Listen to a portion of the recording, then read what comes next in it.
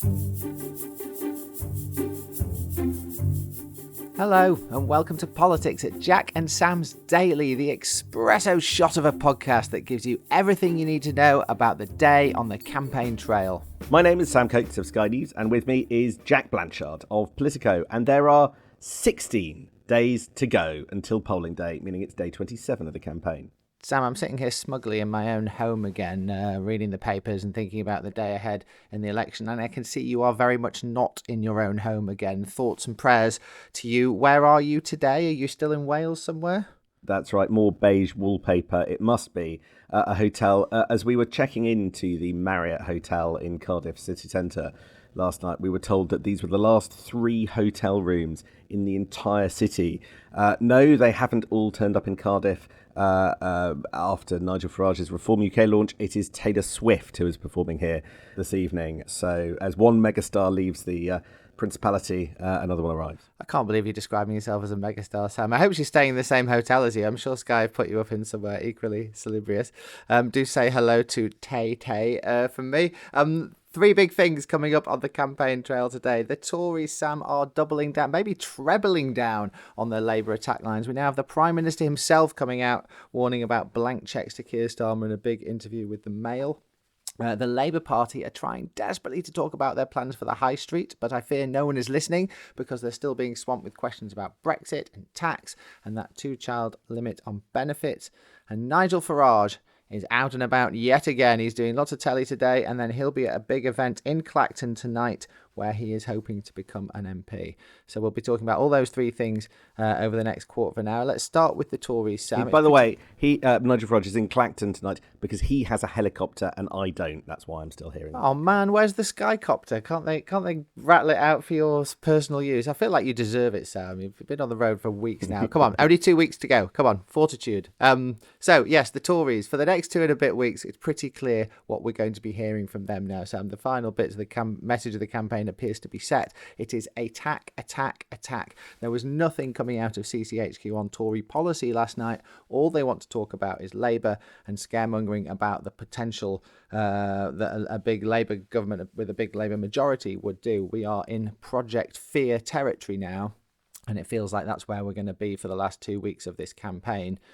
Rishi Sunak is out in Devon today. He's meant to be talking about farmers and farming and fishing and other rural pursuits. We've got Steve Barclay, the Environment Secretary, has got a piece in the Telegraph, but he's not really talking about the Tories' rural policies. He's giving stark warnings about Labour and taxes and what Labour tax raids would mean for farmers. And so on. Rishi Sunak has given a big interview to the Daily Mail, as I said, and he too is focusing on warnings about what a Labour government would mean. Do you want to just talk us through the Sunak lines to the Mail? So this is the point in the campaign where you really feel the Tories have honed their script and it's not going to change. So what you see in the Mail today is what you're going to get pretty much for the rest of the campaign. And it is all aimed at the almost entire proportion of Tory voters and 80% of Reform voters who don't want Labour to have a very large majority, and almost a third of Lib Dem voters. And the message is, don't give Keir Starmer a blank cheque. Don't allow him to get into power and change the rules with his massive majority, change the electoral rules in his favour, allow votes at 16, change the rules on who can vote in elections. A small spoiler, Jack, it doesn't really take a mega majority to do that. You just need a majority. So it doesn't really make a difference whether or not you vote for Labour in true blue areas to do that. But they just think that this is the one last roll of the dice as we approach polling day to try and squeeze in the political jargon, every bit of vote that they can from people worried about kind of giant ogre of a Keir Starmer squatting over British politics for the next decade, as just a few years ago Boris Johnson was meant to be doing. Yeah, reading the interview with the Mail, it's going to be it's going to be quite an ugly last couple of the weeks of the campaign. There's this amazing bit where Rishi Sunak goes off on one about Labour's plans for electoral reform. As you know, Keir Starmer talking about votes for 16-year-olds. Sunak goes on to say that Keir Starmer may also extend votes to, quote, immigrants as well. I think you could reasonably assume it wouldn't just be votes for 16, it'd be votes for immigrants and the rest. which is the sort of language coming out of the Tory campaign that I suspect we're going to hear more of over the last 2 weeks as they get more and more desperate about the thing that is coming down the track, which appears to be this huge crushing defeat. I was talking to one diplomat actually the other day who was sort of observing this from afar and saying they've seen a lot of elections in their time. They've never seen a party resorting to this sort of essentially accepting defeat and warning about the size of the majority with 2 or 3 weeks to go in a campaign. He said maybe in the last day or two you try and squeeze the final outcome, but with weeks to go, the idea that you just hammer that message. Are we sure that this is a good idea? Are we sure this is actually going to help the Tories? I'm not sure that's clear. Well, it was interesting because it was Grant Shapps who went even further again yesterday by saying that defeat was realistic. And you have to look at the choreography.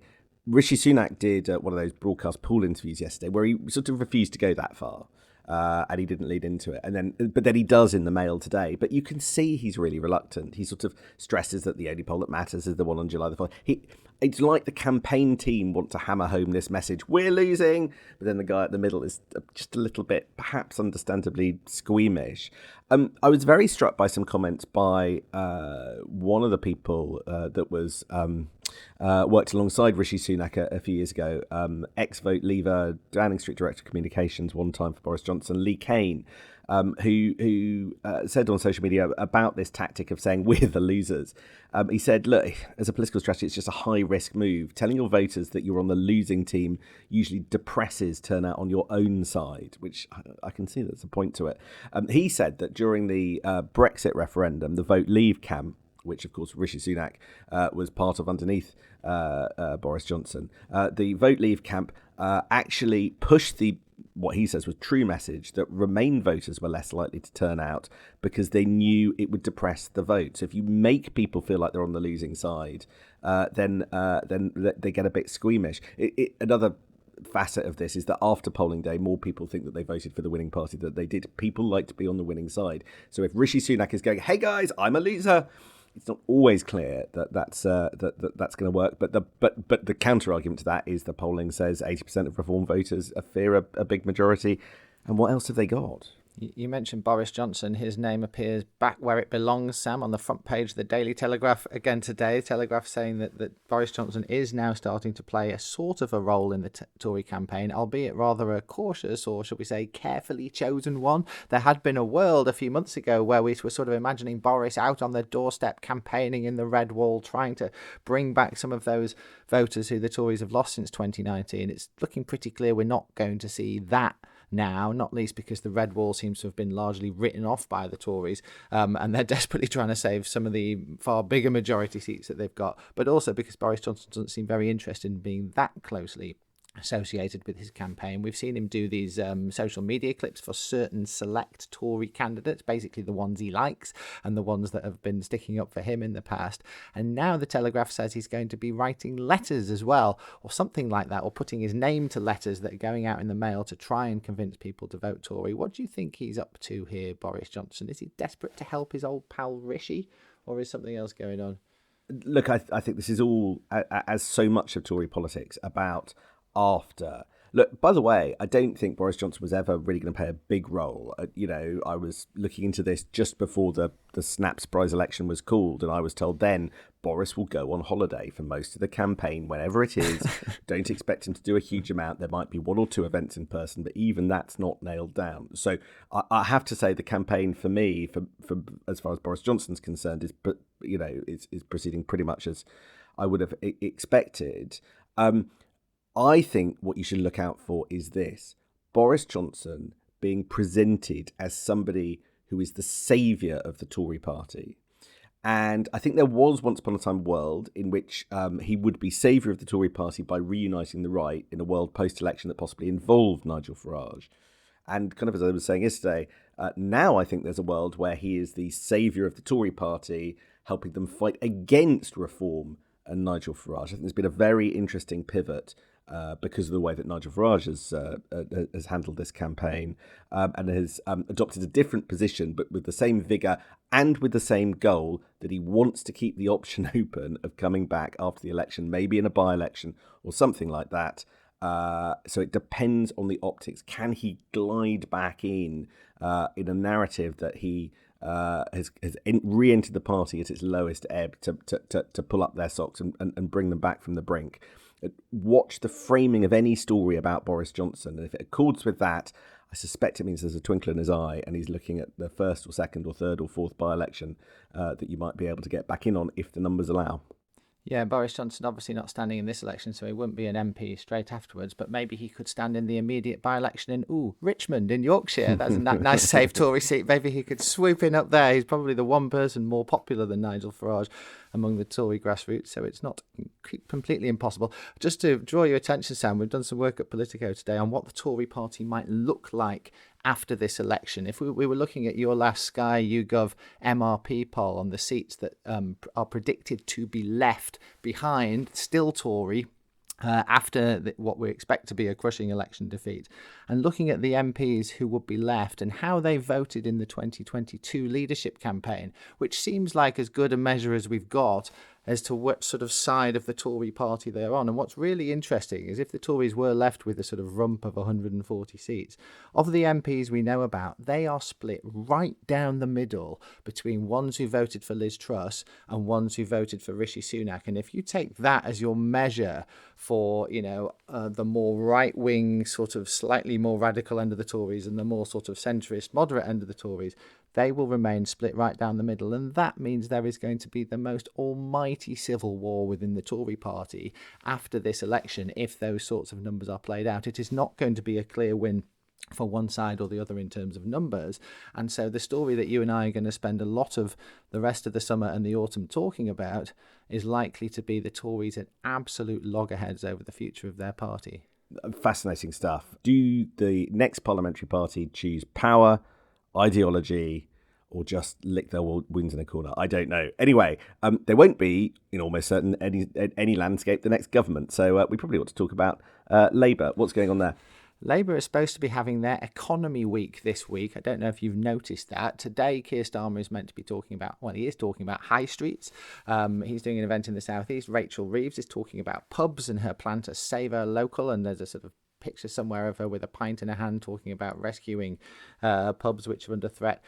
That's not what anyone else is talking about when it comes to Labour. I'm not sure these messages are really landing. It feels like basically the Labour narrative is either completely defensive, trying to ward off these attacks from the Tories on tax and other areas of supposed weakness, or it feels like Labour are just frantically trying to replicate the Tory attacks with similar attacks of their own, scaremongering about Tory supposed tax black holes and so on. These sorts of actual policy messages are not really cutting through. I'm not sure if that's partly Labour's fault because they don't really have a big detailed policy platform, as we've said before, or maybe it's partly because there's a slight Tory bias in the right of the press, and so they're very keen to talk about these Tory talking points. But either way, it doesn't feel like Labour's big messaging on policy is cutting through, but maybe that doesn't really matter. They're obviously still so far ahead in the polls that they probably don't care. But I do think, we saw another example of it again this week. Rachel Reeves talking to the FT about Brexit and a new relationship with Europe. That has really set some hairs running in the press today. There's lots and lots of coverage suddenly about Labour's Brexit plans or supposed Brexit plans. Definitely not the thing that Labour wanted to be talking about this week, yet here we are. It's being picked over again. That doesn't strike me as a symbol of a brilliantly focused campaign, but nevertheless, they're winning anyway. I think there's an interesting counter-argument. Look, no doubt they blundered by sort of going quite so far on Europe. But Rachel Reeves talking about a reset with the EU perhaps does actually start a conversation that allows her to claim a bit of a mandate the other side of an election if she ends up as Chancellor. She's pretty explicit about what she's going for in a way that Labour often aren't, seeking a deal to reduce checks on British food exports and closer alignment with some EU rules. And that isn't new, but the more you make it clear, the more people are expecting it, the less of a surprise, the less of a sort of political fight you might have the other side of the election. Now, it does come with costs. It's clear that, Europe are going to say, well, if you want this, we're going to demand that. And that in the Times this morning is increased access to British fishing waters and a deal to allow young European migrants unrestricted access to the UK. But having that conversation now will, if Labour gets the majority that they want in 3 weeks' time, be actually politically helpful, even if in campaign terms it doesn't feel like that. We should talk briefly about Scotland, because Scottish Labour are launching their manifesto today, Sam. Anna Sarwar, the Scottish Labour leader, is a known critic of the two-child limit on benefits, and will no doubt be asked about that today at his campaign launch, given there's so much intense pressure really on Rachel Reeves and Keir Starmer to do something about that. They are very much resisting that at the moment. According to this morning's playbook, Sarwar's new formulation is basically that, yes, he supports scrapping the cap, but only when Britain can afford it, which sounds a bit like Labour's line on increasing defence spending, and probably on a lot of other things as well. It's interesting that Starmer hasn't done this. There is actually some spare money kicking around supposedly in his costed manifesto, and he probably could have made a big move on this if he wanted to. I wouldn't be surprised if in government this cap does get the boot. It feels like that is actually where a lot of the Labour Party want to be and probably will end up. But what's clear to me is that Labour just don't want to spend the last 2 weeks of this campaign talking about why we should spend more on welfare, because we've been here before with Ed Miliband in 2015. They know it leaves them open to Tory attack lines, and so they're just trying to push this story further down the track, and it'll be, I'm sure, something that they pick up once they're in government. They just don't want to spend the campaign talking about it. I think that's right. Shall we quickly look at the other smaller parties, if you can still call Reform UK a smaller party? I think we can still call them a small party. They've still only got one MP. Nigel Farage is doing yet more telly this morning. He's doing a big event down in Clacton tonight where he's going to meet the voters in some town hall event. I'm sure the pictures and the social media from that will once again be grabbing the Westminster bubble's attention, if not everyone's else.